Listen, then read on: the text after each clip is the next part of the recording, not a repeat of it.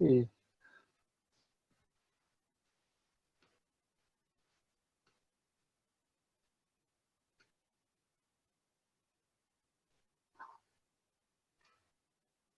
Okay.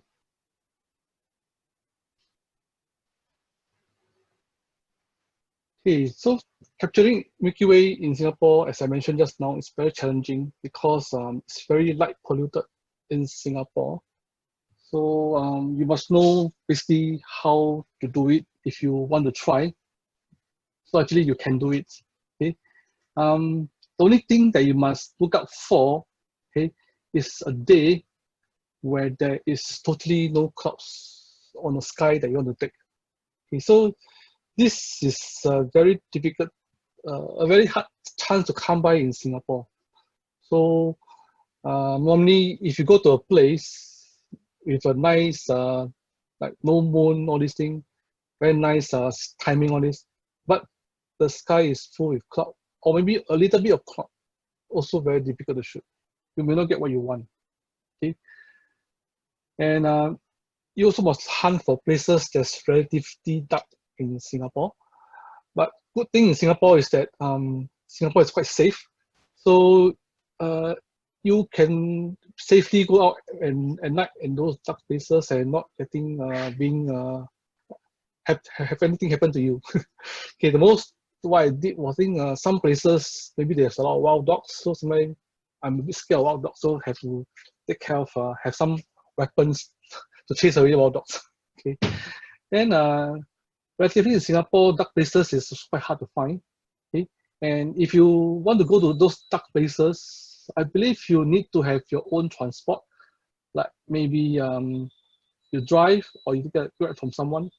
Taking Grab there also can, taxi there, but coming back maybe a bit hard to get a transport back because those places maybe no cars go there, so hard to get a taxi or Grab back. Okay, so it's still easier to get a hitch from someone that you know go together. Okay,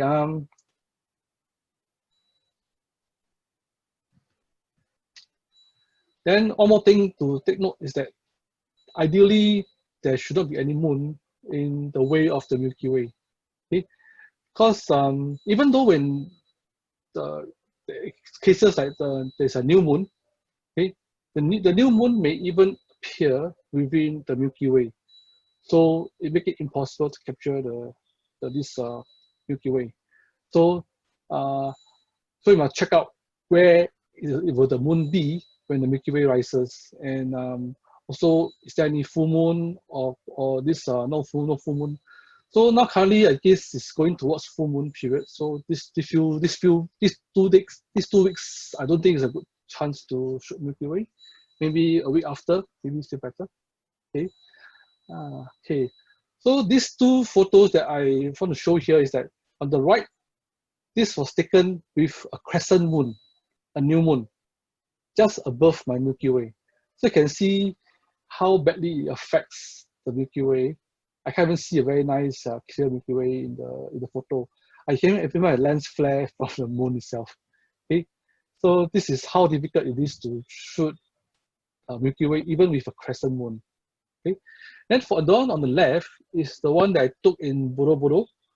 Okay, at first I thought of catching Milky Way over there. Okay, so I timed myself whereby because this place is protected, they only allow entrance early in the morning around 4, I think 4 or 4:30 a.m. I can't remember. So and Milky Way will like be disappear after sunrise. Okay, so around 5 a.m., 5 plus a.m. the sunrise will be gone. So I need to rush from the gate where they open up to this spot, which take at least 10 minutes of run. I was climbing up a lot of steps, okay, to this place. Then I noticed, oh no, there's a lot of spotlight shining up towards the building. So you can see the back beam here. Basically, this um, they are these spotlights. So basically, these are the raw files that I can see from here. It's the raw file. It's so dim. The Milky Way is so dim. Okay. Okay. Then this one was taken when close to like sunrise, just maybe 20 minutes before sunrise, where the sky is starting to become very bright. So because at the time when I was in Hokkaido, it was in February, Milky Way rises only around just half an hour before sunrise. So I give myself a try, and I managed to get a bit of Milky Way just before sunrise. Okay? So even though you can't see with your bare eyes, but you can still capture it. Okay? And the raw photo looks something like this. Looks something like this. You can't even see the Milky Way very clearly. Okay? Okay. Let's come back to Singapore. Hey, in Singapore, this is my favorite spot that I like to shoot Milky Way from. Okay, I have a lot of Milky Way shots here, a lot of times. Okay, not only once. Okay, over here you can see from here my settings that I use. Basically, I use 12mm lens with 30 seconds exposure, f4, and ISO around 2000. Okay, my exposure is around 30 seconds because I was using a filter. This filter is a Nisi Natural Night filter. Basically, this filter helps to cut off a lot of possible light pollutions from the surrounding. So with this, that's why I need to have a longer exposure. Because typically in Singapore, you don't need to use such a long exposure for Milky Way. Okay, but with a filter, you cut off some light, so definitely need to have a longer exposure. So I can afford to go higher timing. Okay? Then you can see from here, Milky Way is somewhere this angle. Okay, around 9:18 p.m. in July. So July is quite a good, nice time to shoot Milky Way in Singapore because it have a higher chance of sky without any clouds. You can see that there's totally no cloud in the sky. Okay? And luckily that day there's no people playing kite, no people flying kite around here, so it actually didn't affect my photos. Okay, so if there's people flying kite here, then there'll be good luck to you. But you can't get a nice shot here at all. Okay? Peng Xiong, yeah. Yes. Peng Xiong, you would like to let us know where is this secret place? Oh, this secret place is not nowhere secret. As you can see, this structure here. Yes. It's the rooftop garden of Marina Barrage. Okay. Yeah. You just need to take a lift out. Okay. So folks, yeah, this is the Marina Barrage area. Yeah. So just for your information. Yeah. So this is one of the places that you can go to for your astrophotography shot of the Milky Way, for example. So Peng Xiong, earlier on in the slide, you mentioned about cloudless skies, right? Okay, or cloudless days and night. So are there any particular months that would be better in terms of doing this? Okay, from what I observed in Singapore, basically July time frame is just before the monsoon period is quite a good timing. Or somewhere during the hotter season, like maybe April or May. These two timing normally are quite good. Right. Or sometimes just before sunrise. Sometimes the sky will be quite clear. Right. But unfortunately, you cannot predict. You can only see nearer to date and then check out the clouds or the particular night to see if it's clear. Yeah. For this photo, it was quite lucky because it was a planned outing by one of my group, a planned outing. And we planned the day we go there, and very lucky is that there's no cloud. Second thing, no people flying kite. So it's a very lucky day. Right. So, yeah, I got one of my planned trip. I go there, there's a lot of people flying kites, and there's a lot of clouds on the sky. So basically I can't shoot anything. So that's why I planned a lot of trips there before, but this is the only trip that I got with a very nice sky without cloud and kites. Right. Okay. Yeah. So it still depends on the weather elements. And human element as well. Yeah. So you can't chase people away because they are flying kite. They are enjoying themselves. You can't chase them away. Yeah. We have a question from Jiayin asking: is there an application on the phone that we can see if it's going to be a cloudless day? So far, this type of apps not so accurate because they are a bit of like delay. I tried before; it's not so accurate. So there will still be some changes along the way, lah. Yes. Yeah. You can't predict, so you have to observe. Okay. But what time is that I actually stay at home. From my house, I see that the cloud is very little. So I rush down all the way to this place. And there's still cloud, some small cloud, small patches of cloud on and off. Right. So what I did is that I stay there, I took time lapse. Then I keep taking photos Yeah. until I find one window there's totally no cloud. Then I check the photos. Right. Taking into the same context, overseas will be more or less more predictable, right? Because of the clouds and all this is uh, depending on season. So if you go in the right season, you don't technically see like the rain clouds blocking the Okay. sky, right? Overseas, for example, Bromo Mm, is very predictable. mm, Certain period of the time, really, there's very little cloud, mm. but there is still bound to have cloud 1 or 2 days in between the trip. Right. So far, Bromo, I have more than 60% chances of shooting Milky Way because there's lesser cloud. Mm. Okay. Yeah. Thanks for that, Peng Xiong. Let's move Yep. on and then we'll get back to the questions again. Okay. Yeah. Okay. Okay. So in Singapore, you may ask me where are the places that I have been or I would suggest going. Okay. So Marina Barrage is my top choice because it's nearer to my place and centralized, easily to get a car back if you are not driving. So, and there's a security guard there looking after the place, so you're safe. Okay, and somehow if at night, late night, normally there's no one flying kites, so it's quite okay. And Labrador Park, which is somewhere nearby Barrage, also quite a nice place to go. Um, it's happened that it's open sea is the direction where the Milky Way is facing, so there's quite minimum light pollution. And there's also patrol cars moving around in the area that I go, so you're quite safe because the police come very often. I even got spot check before.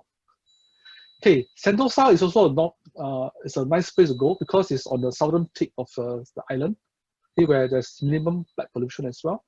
But Sentosa, you must go for places that you must recce around of where to go.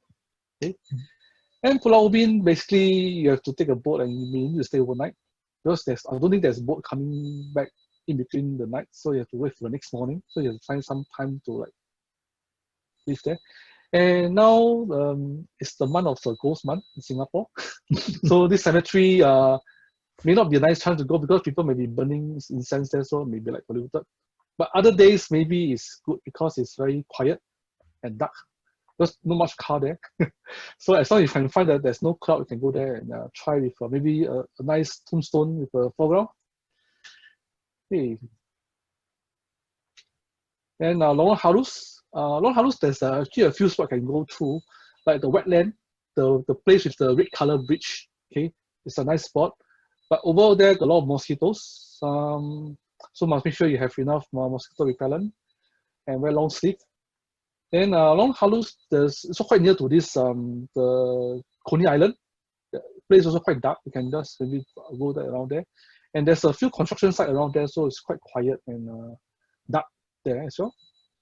Then Upper Seletar Reservoir, I like to go there because it's very dark at night. It's near the executive golf course there, so there's a tower that actually you can use as foreground. Okay. Then Bishan Park. Bishan Park actually is quite light polluted, but there's a structure that I like to go there to shoot. Later I'll share with you. Hey, Yishun Dam also not bad because it's quite dark. Okay. And you can find, if you drive, you can find a place to park at those sites, so it's quite easy to access. East Coast Park. East Coast Park nearer to the car park F and G, the area, they are quite dark and less light pollution. Okay, and the only thing over there is that if there's a lot of plane flying, you'll see a lot of plane trails. Mm. But now, in a pandemic, with maybe there's lesser planes, so maybe you won't have so much of a plane trail there now. Okay? Right. It's good. It's worth trying there. Mm. Okay? Later, I'll share a few photos that I've taken in these few places. Okay. Peng Xiong, before you move on, we have a question from Steph. Steph is actually asking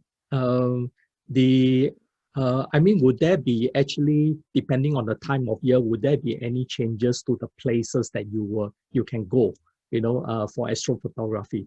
on all those places that you have recommended, will there be any changes to the venues? Definitely there is, because certain places you only can see, you can see the Milky Way at a certain angle.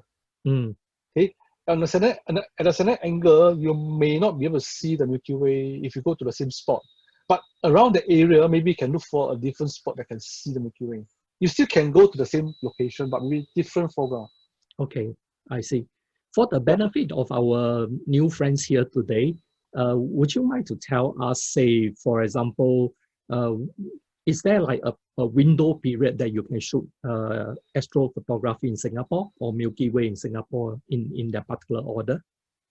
Okay, typically, in the order, I don't really can tell, but in Singapore, basically the Milky Way window is Mm, between end of February end of February. till somewhere early October. Okay, Okay, if you were to start from early part of the year, it will be like just maybe half an hour before sunrise or 1 hour before sunrise. So this is the timing that you are looking at.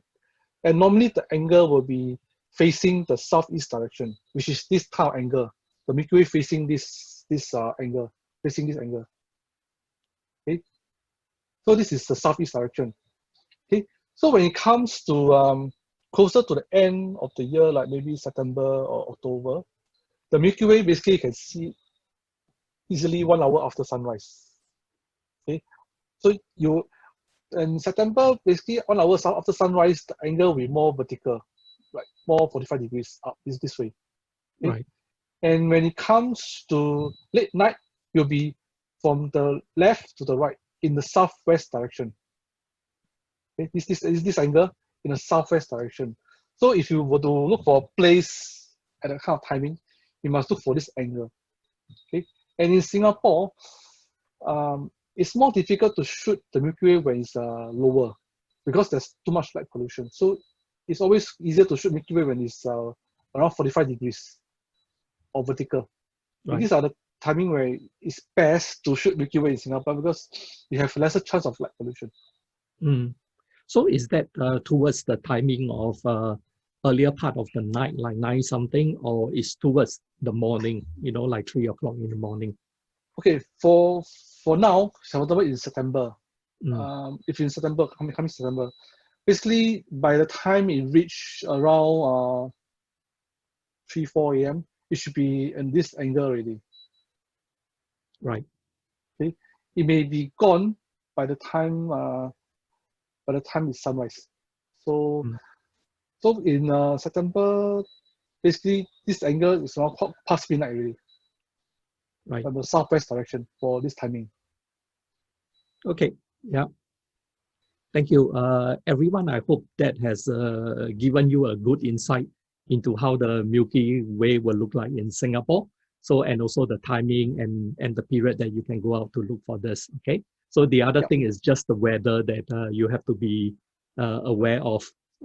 Hopefully, you can get a cloudless sky, and then you can go out for your astrophotography. Okay. Yep. Uh, And thank in you, Peng Singapore, when I shoot Milky Way, I try to find an iconic foreground that can identify that this is Singapore. So that's why I Mm. choose places where there is very iconic in Singapore. Like this Yeah, one, Barrage. yes, I totally agree. I think that is important. And it's also important to always include a foreground subject, right? Yes. Yeah. And in this foreground, you can see this is Barrage, the lift lobby, and the security guard is sitting on the corner here. See, it can be so stillness. Okay, basically, this photo is a composite of two. Okay, I have a sky which I expose at this timing, and I have the foreground which I expose at this timing Mm, at a lower ISO. Okay, it's taken somewhere at 2 a.m. So you can see how late I went there in mm, May. It's like close to morning time. right. Okay, so this is a timing you will have to go during the early part of the year. Yeah. Okay, Okay. Yeah. Thank you. And I hope Steph Peng Xiong has answered your question here. Okay. So yeah, thank you, Peng Xiong. Let's move on. okay, so this is somewhere in Tanjong Rhu. Is that this part I went around June in during the midnight period. still a bit bright because this flyer is very bright. Mm. Okay, so I managed to get a bit of Milky Way here, okay, with this exposure in the sky. So basically, you can see that I always take two shots. I have one shot for the sky and one shot for the foreground without moving my tripod. So that I try not to adjust the aperture as well, so I won't move the lens. So I just adjust by changing the ISO. That's all.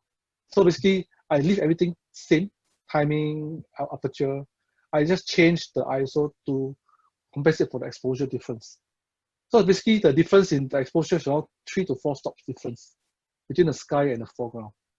Then I'll use Photoshop to edit to get the single shot. Okay, then this is the East Coast spot that I went to. If I'm not wrong, it's near Kapak. I can't remember Kapak F or G. It's very near to the yacht, the sailing club. Okay, so from there the car park, it's a small car park. I just park there and then walk a bit, pass by the yacht center. Then I can come to this jetty here. This is not the Bedok jetty. So this is the jetty nearer to the yacht club. So this one I can do it in one single shot. As you can see, I was taken in June, and happened on the day of June. It was so cloudless that I can go to a few places to shoot. Basically, this is the first place I went, which is the East Coast Park. Then after that, I went to another place to shoot. So basically, this one, because the foreground is not very bright, I could take with a single shot. Okay, so a single shot, I can get this exposure. Same, not much changes. Okay, but the Milky Way is very clear. I can even see my camera. Okay. Right. Okay, then this is the Seletar Reservoir that I mentioned just now. There's this tower here that is very iconic. Okay, I used to go there when I was a kid as well. And over there, it's quite dark. Okay, next to it is the executive golf course. Maybe also there's a firing range nearby. And I managed to get a single shot without any overlay. Okay, with the Milky Way vertical. Okay, so this one, if I will have to adjust my camera to shoot vertical shot, I can get more of the Milky Way. Okay, but I choose to use landscape because I'll capture more of the surrounding as well. This is one of my favorite spot there as well because it's very quiet. And sometimes, I don't know why, when I went there, this whole tower is lit up with lights, which is not very ideal. So I always pray hard when I go there, there's no light here. Okay, so I always pray that the light here will spoil. So that it won't make my foreground too bright. Okay? So it depends on luck as well. Right. Peng Xiong, before we move on, we have some questions also. From Steph. Steph is asking, do you only shoot during new moon? That means when there is no moon, or is it 1 to 2 days before and after new moon, it is still okay to shoot? Okay, there is a guide that I always follow. I don't always go for new moon. Okay, sometimes maybe when the moon is half 50% bright, you can shoot. Okay, depending on the angle of the Milky Way and how far is the moon away from the Milky Way. So if the moon is, for example, if the moon is on the opposite side of the Milky Way, I'm still okay to shoot, even though it's not a new moon. Okay? It's actually quite nice, right? Because the moon will light up the foreground, the landscape. Yes. Yeah. Right. Yes. So it depends on where the moon is. So you have to do a lot of checks. You have to check where the moon is, how bright the moon is, and where's the angle of the Milky Way. So you have to combine all these attributes. Okay, then decide where to go. Right. Okay? Like for these few days, I have observed the moon is actually quite near to the Milky Way. So I really cannot shoot, even though it's not full moon yet. Okay. Yeah. So I hope that answers your question, Steph. Yeah. And we have a question from Derek. Derek, I believe he joined us from Facebook. So what happened if he changed the aperture? Okay, that was his question. But I think he probably was asking that instead of using f4 and then use some other aperture. Obviously, I think that will increase the exposure time unless he also increased the ISO. So is it like wide open aperture like f4 or 2.8 is what you actually recommended for astrophotography? Okay, because as you know, the star is very far away from the Earth. It's like a million light years away. So you need to capture the light from so far, so you need more exposure time. So normally I try to maximize by giving a bigger aperture, bigger opening of aperture, and a longer exposure, okay, without causing a light trail. So 25 seconds, 20 seconds depend on, at the point of time, what is the light condition like. Sometimes I use f4, sometimes I may even use f5.6.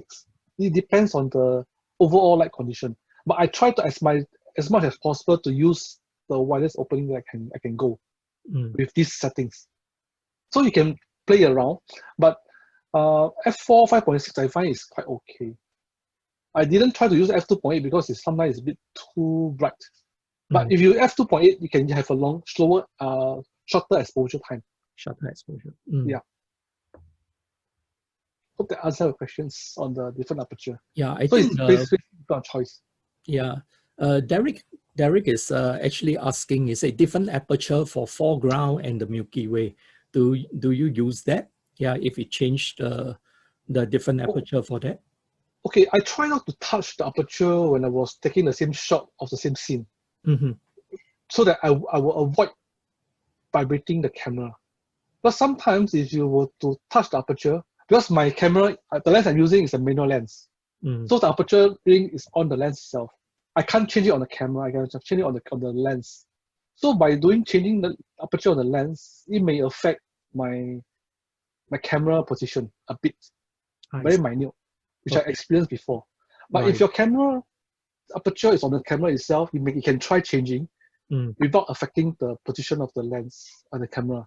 But sometimes by turning the knob also can affect a bit of these settings. Right. Yeah. Mainly because you touch the camera and then it just go out of alignment a little bit, right? Yes. So that's the issue. Yeah. Okay. I believe some of the camera can use the remote app to change on the app itself. So that doesn't harm. So you can go ahead and do that changes. Okay. Yeah. Yeah. So I hope that answered your question, Derek. Yeah. So that's the reason why Peng Xiong just keep on using the same aperture and shutter speed, and he just changed the ISO in that sense. Okay. Yeah, because of the lens I'm using. Right. Yeah. Okay. Yeah. Thank you, Peng Xiong. Yeah. So please carry on from here. Okay. So this shot was taken in Dadari Park. Okay. This place is doesn't exist anymore. Okay, because I went there before the government cordoned the place and built HDB flats on this plot of land. Okay. Before that, it was a park with very minimum or no lighting at all in the park. So you can see the front is also dark. Only some light from the surrounding flats. Okay. This one, I went there a few times, always cloudy. Only one of the days I went there, I got a lesser crowd. Okay. And because this place is very near my house, so I can go there anytime I want. So I went there, I think in May, somewhere close to midnight as well. Okay. So there's some cloud below, so you can see the clouds are moving around. But luckily the clouds is not within the Milky Way, so it's still okay. Okay. So if you want to shoot Milky Way, right, another thing is that you must also know how to find it. So basically you have to refer back to my previous webinar on teaching you how to locate the Milky Way. Okay? Yeah, okay. Which is actually what Steph is also asking, because she's actually asking what tools do you recommend to find out where the moon and Milky Way will be. So to answer Steph, and also that to let everyone know, we will be doing a session on the applications or the apps that you can use for astrophotography in 2 weeks time. So do stay tuned to our weekly sessions, and that will be coming up in 2 weeks, okay? And then we'll be discussing that. So we'll be talking about the array of different apps that you can use for astrophotography. Okay, yeah, so stay tuned. All right, yeah, and yes, please proceed, Peng Xiong. Okay, and this is back to the favorite barrage that I've been. Okay, this is actually on the same day of the first slide that I show. I saw this group of people celebrating setting up a birthday celebration for a surprise party for a friend. So I go forward and ask them, can I take a photo of them with the Milky Way? They asked me first thing, got Milky Way, man? Okay. Then I show them my shot that I can see Milky Way in the shot. Okay. So what I did is that I haven't do enough Photoshop. You can see there's still some ghost image here. Okay, what I did is that I take a shot of them, okay, with a very slow shutter speed, like 0.8 seconds. Okay, so with this short exposure, even for human, they may move a bit, but at least this 0.8 seconds, they can move very little. Okay? So this is basically how I use what I did with my group photos for Milky Way as well. For me, I used a very short exposure, okay, with f4 maybe. So for this time round, I will use maybe ISO 5000 for the foreground because I need more light, because I can't expose for 20 seconds because people will move even if I go for 1 second. So 0.8 seconds is something I feel like people will move for the short time of frame. So I asked them just to stay still for a second, and I managed to get a shot of them not moving. Okay? You can see the balloons are blowing because of the wind. Then after finished with them, then I capture the Milky Way with the same angle. Okay, then I combine them together, then I get this shot. Actually, I share this shot with them as well. They are quite happy with it. Right. So you can try something out over there if you were to go there sometimes. Okay. So Peng Xiong, just to check with you, for the foreground, right, you can also use a flash to light up the subject in the foreground, right? You could, but for me, I do not like to use flash, okay, partly because it's look a bit not so real, and when it comes to editing, it's a bit difficult to blend the foreground with the sky. Okay. Yeah, so that's why I try to minimize the use of flash in this kind of situation. Right. I used before flash. The flash that if you use, you have to make sure you use manual flash. Make it the lowest power, just to fill up the foreground a bit. Right. Okay. And for your info, I do not carry a flash with me most of the time. So when it comes to this kind of situation, last minute request, I do not have a flash. Okay. How about using a torchlight to do light painting? Would that do also? You could. Okay. Yeah, you could. I did that for most of my group photo, whereby I if you see in the before I enter, you see the slideshows with all the group photos that I took with my group, with the Milky Way. Basically, that was taken with a torchlight. Right. I do light painting on the subject. Okay.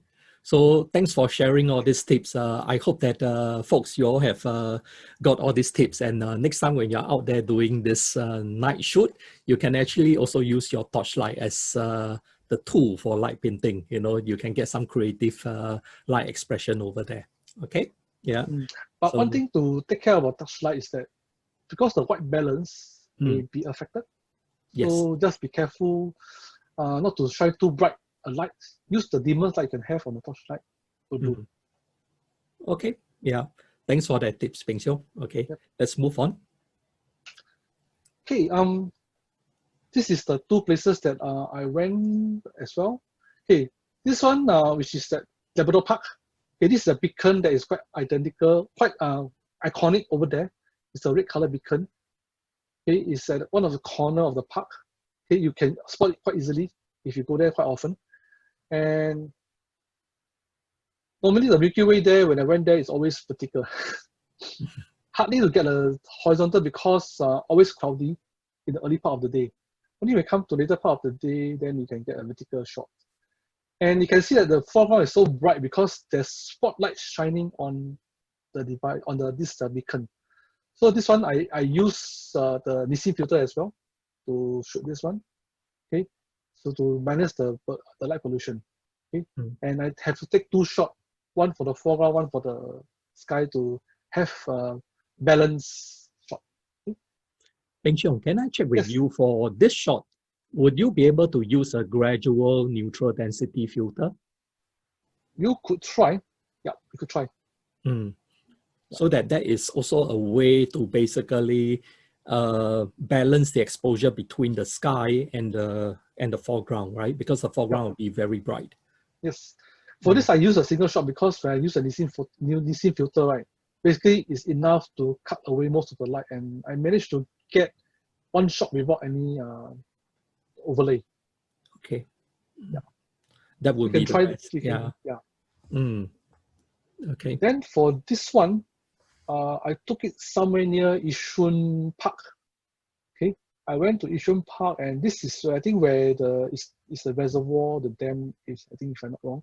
Yeah. And it was a bit not so cloudy, so I was on the way home from a gathering. Then I saw the sky was so clear, so I quickly looked for park one side and set up my camera and shoot.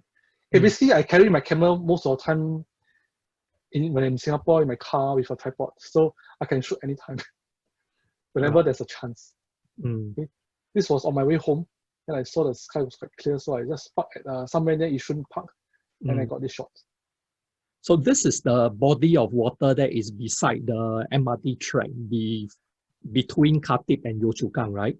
I think so, because I can't recall where exactly I shoot from. Somewhere near the Bishan Park, Yishun Park. Yishun Park, the Lentor Avenue side. Just before you enter Lentor Avenue. From Yishun before you enter Lentor Avenue, that area. Okay. One of the park. Right. There's a car park there, so you can look for the car park. And that's the only place I recognize. I remember. Yeah. Because this one was not a planned shot. It's just that happened to be on the way home. Then I saw it and I just go and shoot. Okay. Right. Okay. This one on the left is taken somewhere near the exhibition hall where air show is held biannually. So this place is quite deserted at the time when I shoot because there's no people there. Okay, it's very dark. Okay, very dark. Then I hide one corner and shoot this one, and this one I think there is patrol car patrolling the area. So after my shoot, when I was packing, the patrol car spotted me and said that this is a restricted area, I shouldn't come in. So it chased me away. So if you come here next year, you look out for yourself. Okay. But I'm not sure is it still a restricted area now, because it's very near to the T5 construction site. I see. Yeah. So this one is quite dark. Okay, the area is not bad. Okay, then the one on the right, basically I took it in Bishan Park, which I mentioned just now. This one, I like this structure a lot. Okay, it's a very iconic structure in Bishan Park. So that's why after seeing a lot of sunrise, sunset shot of this place, I decided to go there one day just to check is the Milky Way there. So I went there a few times, and basically over there, there's a lot of clouds. Okay, so I stationed there for I think 2 hours, and finally got one shot with slightly lesser cloud, a bit of cloud below here.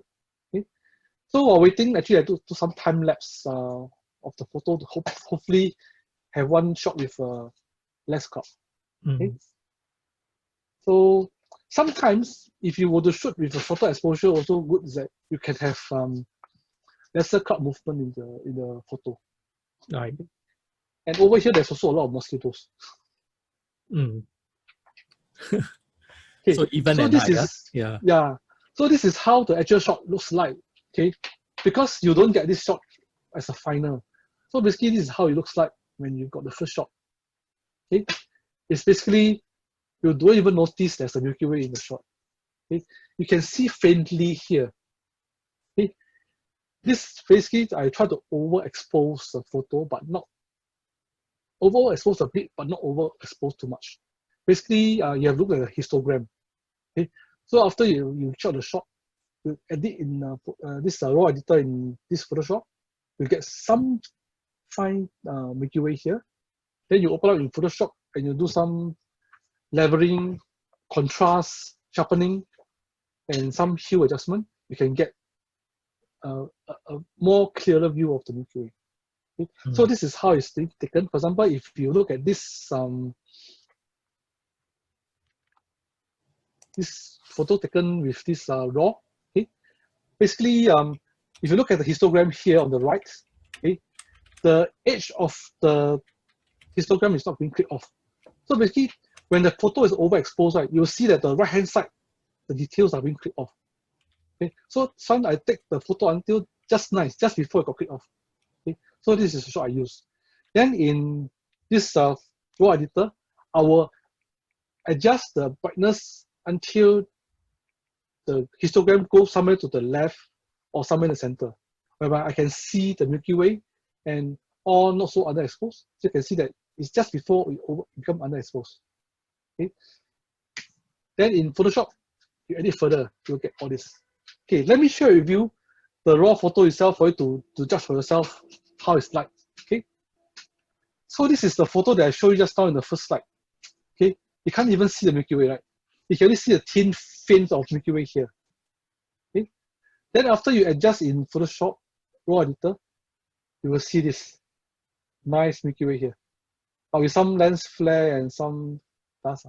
Okay, so after I edit in Photoshop, okay, I can get a very clear view of the Milky Way with a nice foreground, because if you see the shot itself, the foreground is overexposed, all the details gone. So I need another foreground with a nice exposed photo, okay, so that I can have overlay to get it up, to get the details back. Okay. Same here. This is another shot that I didn't show. I think it's also same place but different timing. It was taken somewhere in 2014 May. Okay, so you can see after editing you get this one. Then you further edit, you get this one. And you need a foreground to give you a nice foreground, because you see from here the foreground is overexposed. So with a proper exposed foreground, I get a better picture. So this is Bidadari Park. Same thing, you can't see the Milky Way at all. Hey, this is Milky Way. So actually, if you can see clearly, you can see the constellation Scorpio here. Scorpio is here. Okay. Then Sagittarius is here. So Peng Xiong, basically to do the correct shot is that you will have to shoot in RAW file, and you will actually have to overexpose, right? Overexpose big. Overexposed, maintaining the details. Overexposed, maintaining the details. So that's a very important part of it. And generally speaking, okay, as a ballpark, how many stops overexposed are you talking about? Okay, typically, if you were to look at the shots of a proper exposed picture, for example, this one, it's around 3 to 4 stop difference. Right, okay. 3 to 4 stop difference. You can see from here, 3 to 4 stop difference. So overexposed 3 to 4 stops, yeah? And another guide to do is that, to prevent overexpose, is that you on the highlight on your camera, the highlight alert. Most of the camera have this highlight alert. So you on it, so when you look at the pictures, okay, certain places can be overexposed, for example, the foreground, but not the sky. The sky should not be blinking. Because normally highlight alert, you'll blink when the area is overexposed. Yeah. For most cameras. Okay, so on the highlight alert, you can check, okay, on the photo itself on the camera, okay, see whether the sky, is it blinking? If it's not blinking, then it's okay. Yeah. If it's blinking, then it's useless. You have to lower down the exposure. That's a very good tip. So please take note, everyone. Yeah. Okay. So this is the Bishan Park. Yes. Yeah. Okay, I even do another overlay of myself sitting in front here. Yeah. I even overlay one of myself sitting in front here as well. Okay, so this is the one in the Weather Park. You can see it's overexposed. But after editing, I can get it back. Actually, the foreground here is actually red color, but because of the overexposed, become like orangey color. Okay. Then this is in Bishan, this is Yishun. You can see the foreground here is overexposed. If you don't use this is the one in Tanjong Rhu. Hey, normally you notice that I always use the widest angle I have, then I crop later. Because normally when you do this kind of exposure, you will have a lot of vignetting at the side. So normally I'll expose a bit use a wider angle, then I crop it later to get the final photo without dominating so much. Mm. Then you can see that, as I mentioned before, over at this East Coast Park, you have a lot of those plain trails. So I need to edit away this plain trail in my photo. Luckily, the plain trail is not inside my Milky Way. Yeah. So hopefully now at this timing, if you go, you will not have so much plain trails here. Mm. You can try maybe when 1 week later after the full moon. Sure. Mm. Yeah. Okay. Yeah. Let's So move on the a one, bit, Peng Xiong. Yeah. yes. All these are raw photos I've taken. Okay. I haven't taken one in this lower Pierce Reservoir, but it's not very clear. This is in, yeah, this is with a filter. Because I was holding the filter with my hand, I forgot to bring my adapter. So you can see the filter at the edge. Okay. Then this is the photo that I showed just now about the overlay. Okay, this is one taken with just the people. Then this is the same angle with the Milky Way and the people still inside. Okay. Then I overlay them to get this one. Okay. So this is what I have for this one. Hey, so sometimes if you don't get to get Milky Way in Singapore, you can still do star trail. Okay, you can do star trail access as long as there's no clouds. Okay, this building has been teared down already. Can't see anymore. And in Bishan Park, I haven't create comets. Okay, so any more questions from Juliet? Yeah, I think so far quite good. We have managed to answer all the questions. So just to confirm that Jia Ying was asking about the filter that you recommend, that is the Nisi Natural Night filter, right? Yes. Okay, yeah. So just take note of that, Jia Ying. That's something that you can look at. I think the other one, which is also very useful, and you can also use it for landscape photography, for example, okay, is the gradual neutral density filter. Okay. Yeah. Yeah, must have the soft edge. Don't use the hard edge. Yes, yeah, with the soft edge. Okay, great. Okay. Do we have any more questions that you guys would like to find out from this session? Just for the benefit of our new friends, this is actually the 6th session already that we have conducted regularly over every week, you know. And then last week we have actually covered like Photoshop, using Photoshop to go through step by step on how to edit your Milky Way pictures. So if you like to look back at that recording, you can actually join and like us on our YouTube channel. That is TopLiners Club, one word, TopLiners Club. And you can just join us there and you can find the recording for the past few weeks. So I think in session 4, we talked about Star Trail, how to shoot Star Trail. So the Star Trail is also over there, yeah? So just take note of that you can join us. So this session is going on for a while, and we will actually come to the end of this entire series in end September. So before you know, we say goodbye, we would actually like to have all of you to join us on the rest of the sessions, because I think that Peng Xiong still has quite a lot of things to share, you know, in terms of astrophotography. So do keep stay tuned to this, okay? And we will be covering all the different topics in terms of astrophotography in the very, very near future. And not forgetting that we also organize trips overseas. And once we can get the go ahead to organize trips again for everyone, we'll be looking at the region, like for example, Bromo, Thailand, and also Malaysia. And these are the places where we can go for very good astrophotography opportunities. So do stay tuned to that too on our website at toplinersclub.com. Okay, yeah. So, all right, let me see. Okay, we still have a question from Derek. Okay, Derek said that if you can't see it from the camera, how do you confirm your shots are correct at the site where you are making the picture? Peng Xiong?